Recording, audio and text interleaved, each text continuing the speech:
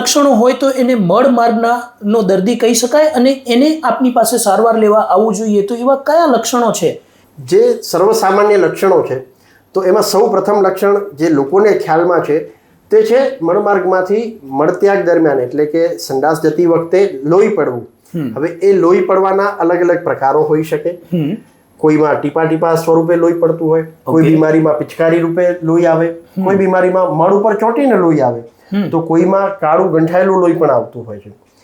એ જ રીતે બીજું એક લક્ષણ જે છે, જે સર્વસામાન્ય છે, એ મળ દ્વાર પર કંઈ ફૂલીને બહાર આવી જવું અથવા મળત્યાગ દરમિયાન કંઈ ફૂલીને બહાર આવવું અને બહાર જ રહેવું અથવા અંદર જતું રહેવું.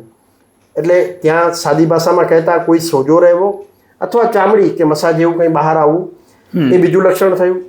ત્રીજા લક્ષણમાં મળમાર્ગના સ્થાને અંદર અથવા બહાર ખંજવાળ આવવી, એ પણ એક લક્ષણ છે. ચોથું લક્ષણ ત્યાંથી કોઈ પણ પ્રકારનો ડિસ્ચાર્જ આવવો, જેમ કે રસી ગુમડું થયું હોય તો તેમાંથી રસી પરવું આવી શકતું હોય છે, મ્યુકસ ડિસ્ચાર્જ પણ આવતો હોય છે.